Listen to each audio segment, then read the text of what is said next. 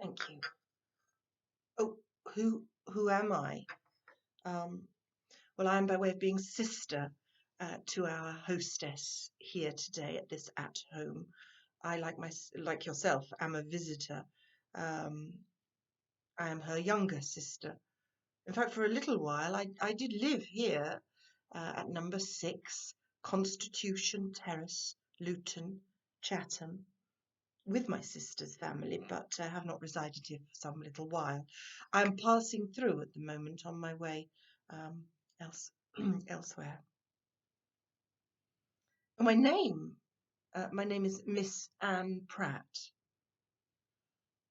Oh, you're the person who bought my book. Oh, Catherine did tell me that there was one person coming today who had purchased it. Flowers of the fields, gardens, and woodlands. I do hope you enjoyed it. Um, it has been my consolation and my love to draw those pictures of flowers, um, and it seems to have gone down rather well. Since that volume was first published in 1838, 10 years ago, it has been republished 3 times. And that has been sufficient to grant me an income that I am not a financial burden upon my sister, my beloved sister, Mrs. Young, and her family. And that is why I was able to live independently in Brixton for a little while, nearer to London, you understand. But, of course, this last year has seen a dreadful cholera epidemic sweep across London and the southeast. And as you see, I'm not in the best of health, and it has been decided by my doctors and my family, my loving family, that perhaps I should remove myself for a sea cure to the coast at Dover. We have a relative, Mrs. Bailey, who actually keeps a lodging house down there, number 39 Castle Street. You can actually see the entrance to the castle, well, the road that winds up, and then see the castle up on the top on a clear day.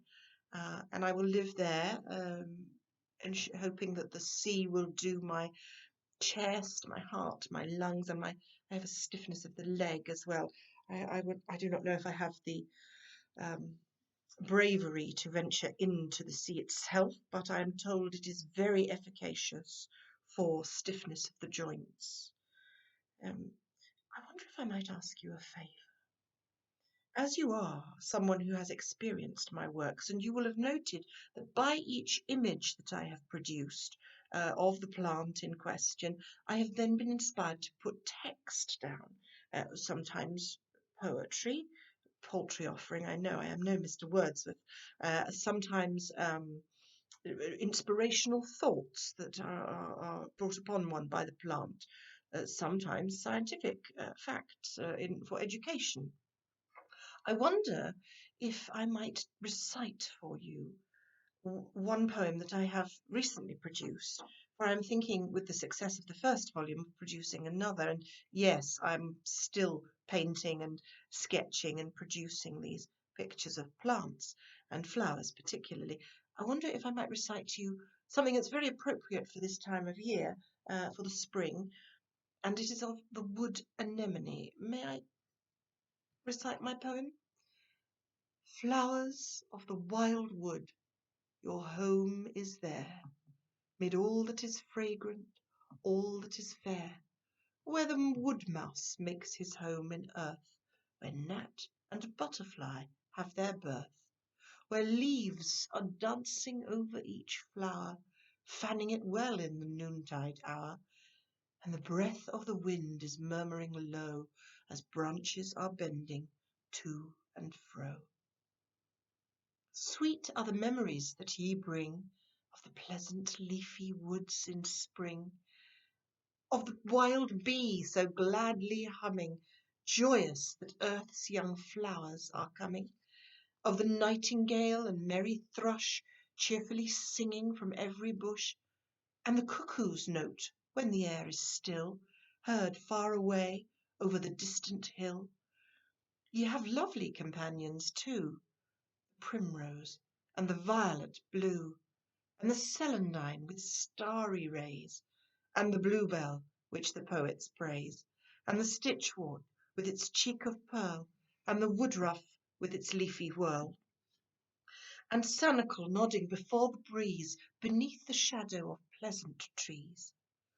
Pure are the sights and sounds of the wild you can bring to the heart of nature's child. Plain and beautiful is the story that ye tell of your Maker's glory.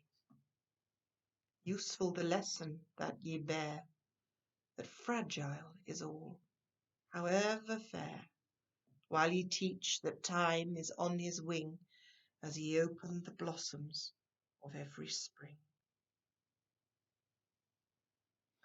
Thank you for indulging me. I would be interested to know your comments. Perhaps you could write to me. You will need to write not to Brixton no more. As I say, I'm removing to Dover very shortly.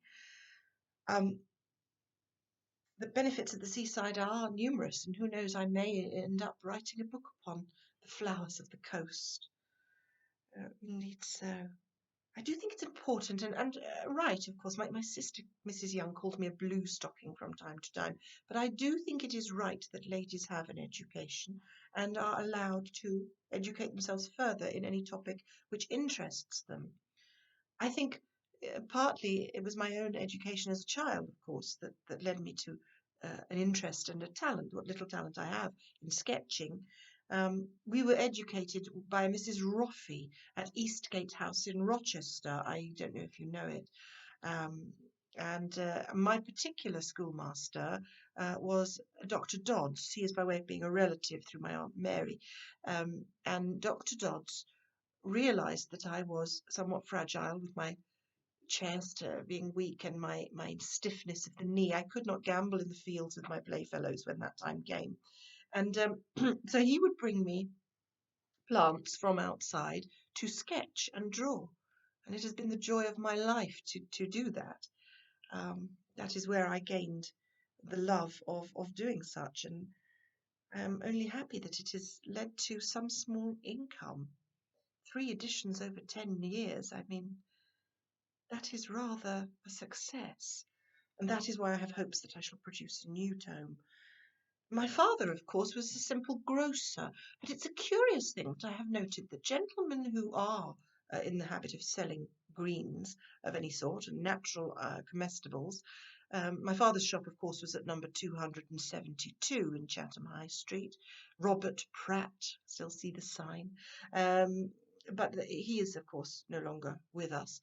But there is a Mr. Brain who is still a greengrocer in the street. And you know, he too has an interest in the natural world. Why, I believe Mr. Brain is one of the founding members of the Rochester Natural History Society.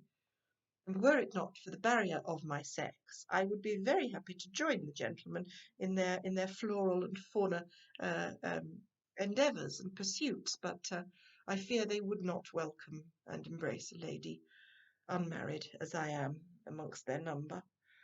So I must stay isolated for my health and withdrawn, as I am not a hardy creature. Curious thing, though, of course, one of the reasons that I'm removing to the coast is not to only take the sea cure, but to take it now. There has been over the last 12 months, of course, of this year, 1848, the most dreadful cholera epidemic sweeping across London and the southeast, and I believe further afield through the whole country. Poor England. And there are many who have suffered and many who have died as a result of this terrible disease. I worry for those who are, like myself, perhaps infirm and frail, residents of institutions who cannot be apart from those who are sick. For instance, there is a poorhouse, of course, in Chatham High Street. And I worry for the persons there, although I'm sure they must be better looked after than, I don't know if you take an interest in the Times. There was an article in the Times only the other day about a poorhouse in Ireland. Now, Ireland, of course, has been ravaged over the last 2 or 3 years by the most awful famine. Many, many families dying and starving needlessly, in my opinion. But that is my own political view. But I heard in the Times that there was a poorhouse in a place called Ballinrobe, I know not the geography of Ireland, so I do not know which part that is in. Perhaps you may enlighten me. And 45 residents died at a stroke due to famine-related conditions. That is a very high proportion, I am told, of those inhabitants within, and worthy of note, and so it made its way into the Times newspaper. One worries for them, one worries for and feels most compassionate for those who must care for them at these times. And we must, of course, all ensure we are isolated, and those of us who are fragile anyway are used to it and are used to living a small life in a confined space. And that is what I am doing. And so my drawing, I hope you will join me. I'm sure every lady is doing it now.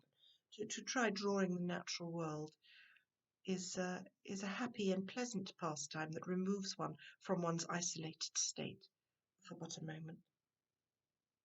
I'm actually thinking, I can barely say it, I'm thinking of sending a copy of my new volume, Flowers of the Year, to Her Majesty Queen Victoria. I wonder, what do you think of that? Do you think she might grace me with her patronage? I do not wish to be overly mercantile, but it would help it to sell.